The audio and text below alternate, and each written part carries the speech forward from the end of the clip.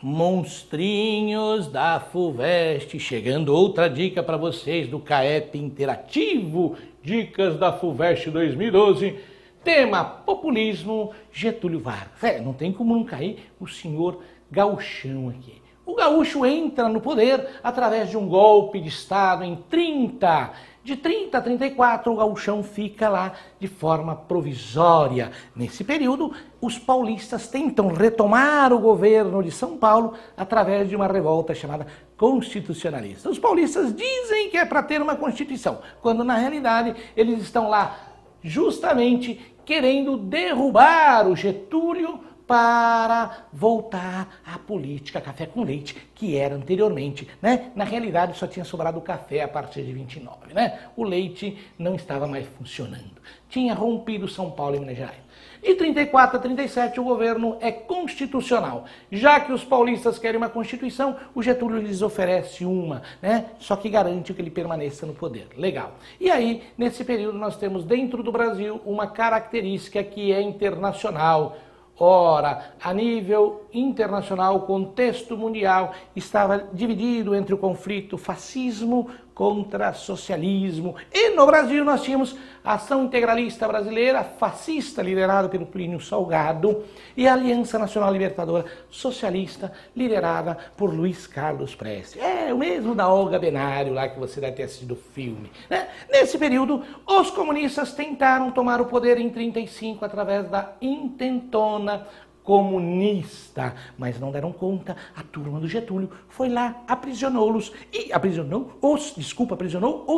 ainda vai presentear o senhor Hitler com a Olga Benário, né? A Olga e a Anitta, que estavam ainda no ventre da mãe. Meu Deus. Agora, só um segredinho para vocês. O danado do Getúlio é gaúcho. Quando ele entra no poder em 1930, vocês devem estar lembrados que o governo do Brasil, a capital era o Rio de Janeiro, e o palácio chamava Palácio do Catete, chama até hoje, Catete. Agora imagine um gaúcho, desculpe cameraman, imagine um gaúcho sentando no Catete em 30. Como que esse gaúcho vai sair de lá, moçada? Só morto, né? Só morto. Quero ver arrancar o gaúcho do Catete. E de 37 a 45, agora vale a dica, isso aqui ama cair em vestibular, é o chamado Estado Novo. É quando o Getulião assume a sua característica de fascista, de Estado corporativista e autoritário. Ora,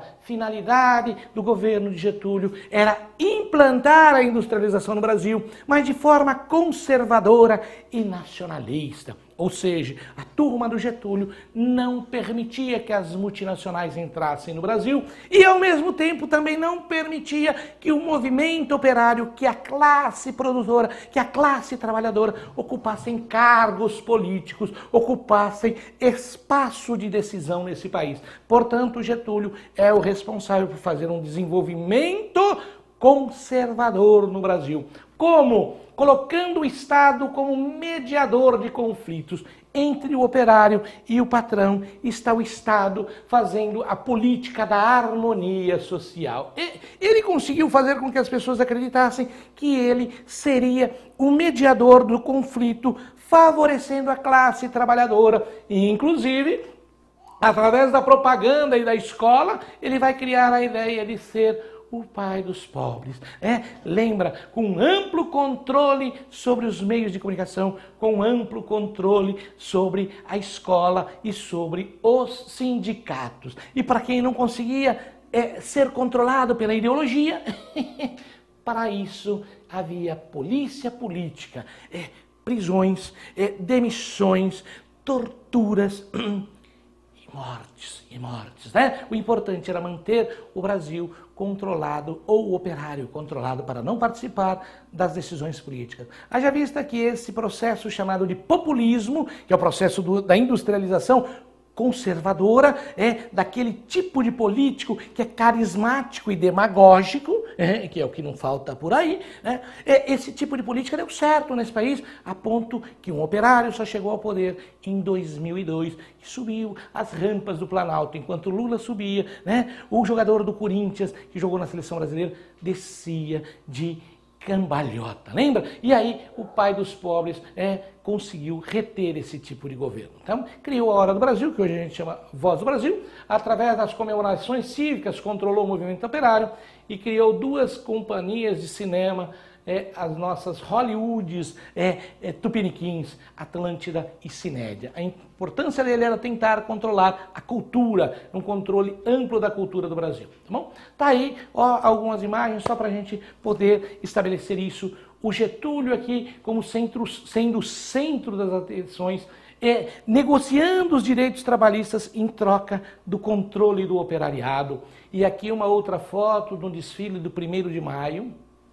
1º de maio, que era dia do trabalhador, o Getúlio transforma em dia do trabalho, faz essas manifestações cívicas, garantindo a imagem dele aqui sendo carregada pelos operários. Os operários que na realidade estavam sendo controlados e enganados, acreditavam que o Getúlio era boa pessoa, bom governo para eles. Tá bom? Ora, na economia, já falamos, uma indústria nacional, ele é o que começa as chamadas indústrias de base, né? Tá faltando até um acento nas indústrias aqui, na indústria de base, que eram as indústrias estratégicas, indústrias que vão criar estrutura para que outras indústrias possam vir. Por exemplo, a siderúrgica, a mineradora, a energética. Está aqui a CSN, uma mineradora e uma energética, além de um banco para financiar as indústrias nacionais. Mas o Getúlio começa um conflito com as chamadas multinacionais. O governo dele, na realidade, é um governo nacionalista que vai ter problemas em não deixar que as multinacionais adentrem ao Brasil. E as multinacionais estão ali, de certa forma, representadas pela UDN, né? União Democrática Nacional, presidida por Carlos Lacerda. É um partido político das multinacionais para entrar no poder político e arreganhar esse país para as multinacionais. Isso só vai acontecer de efetivo na ditadura militar, quando eles conseguem derrubar a turma do Getúlio. A nível de política trabalhista, corporativismo sindical, ou seja, o controle do sindicato através do imposto sindical, estabelece a consolidação das leis trabalhistas, a chamada CLT, que funciona até hoje, quando ele estende todos os direitos trabalhistas de uma classe para todos os trabalhadores e faz isso só para os trabalhadores urbanos. Cuidado, hein? Rural não entra nessa história. Os trabalhadores rurais só vão ser atendidos em direitos trabalhistas após a Constituição de 88. E ele estabelece, como já dissemos, a obediência dos operários em troca, né, dele garantir, de certa forma, os direitos trabalhistas. Por isso, o Getúlio era considerado o pai dos pobres, por estar, entre aspas, garantindo direitos trabalhistas aos trabalhadores. E controlava eles através dos chamados sindicatos pelegos, ou os sindicatos que eram controlados pelo Estado, tá bom? Ora, vamos dar mais uma passeadinha aqui. Como o Estado Novo cai, que é o governo dele, quando o Brasil apoia os Estados Unidos na Segunda Guerra Mundial, os Estados Unidos pedem o nosso apoio, o Getúlio negocia o nosso apoio a troco do financiamento da Companhia Siderúrgica Nacional e da Companhia Vale do Rio Doce. Nós mandamos uma média de 30 a 35 mil soldados para a Itália para derrotar o fascismo de Benito Mussolini. Agora, como ele é um governo fascista, derrotando um fascista lá, como ele permanece no Brasil? Fascista, né? Então, a partir de 45, nós temos o fim da Segunda Guerra Mundial, o fim dos chamados regimes totalitários na Europa. E aqui a oposição força o Getúlio a sair do governo e a convocar eleições. Só um segredinho, nas eleições de 1945, convocada por Getúlio, após a sua renúncia, quem vence é o Eurico Gaspar Dutra. Segredo para vocês, o Eurico Gaspar Dutra tinha sido o ministro da guerra do governo Getúlio Vargas. Quer dizer, o Getúlio saiu, mas o grupo permaneceu.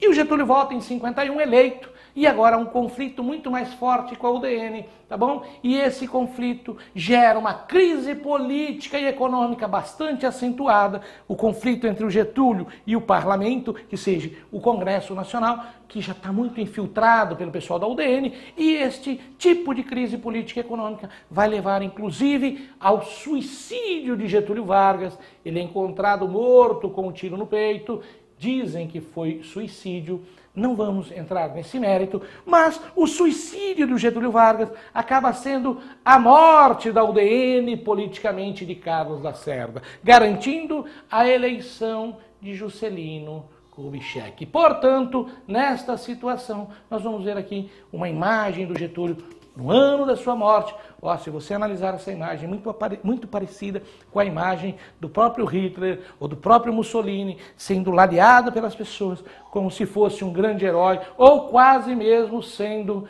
um deus. Aqui, a manchete da morte do Getúlio, eu disse a vocês, gaúcho que senta no catete só sai de lá morto, e foi a isso, só morto sairei do catete, né? E aqui, para você ter uma ideia do significado da morte de Getúlio a nível político e social, você vê um pouquinho de pessoas, talvez é complicado para vocês verem, mas vai se aproximar a imagem, né? Lá na praia do Ipanema, no Rio de Janeiro. Ô, gente, aqui dá para você ver de vez em quando uma plantinha e o oceano. Esse aqui é um mar de gente. É um mar de gente que chorou a morte do Getúlio por meses. E isso garantiu a morte política do partido das multinacionais da UDN. Então, fica a dica. Estado Novo, com certeza cai. Departamento de Imprensa e Propaganda, controle dos meios de comunicação da mídia, da escola, dos sindicatos, controle do movimento operário, industrialização nacionalista, industrialização ou um processo de crescimento econômico, porém sem a participação política da classe trabalhadora e sem a permissão para que as multinacionais pudessem adentrar no Brasil. Diante disso, boa FUVEST, bom vestibular e que Deus abençoe e muito estudo, moçada. Beijo, bom dia, boa tarde ou boa noite. Tchau!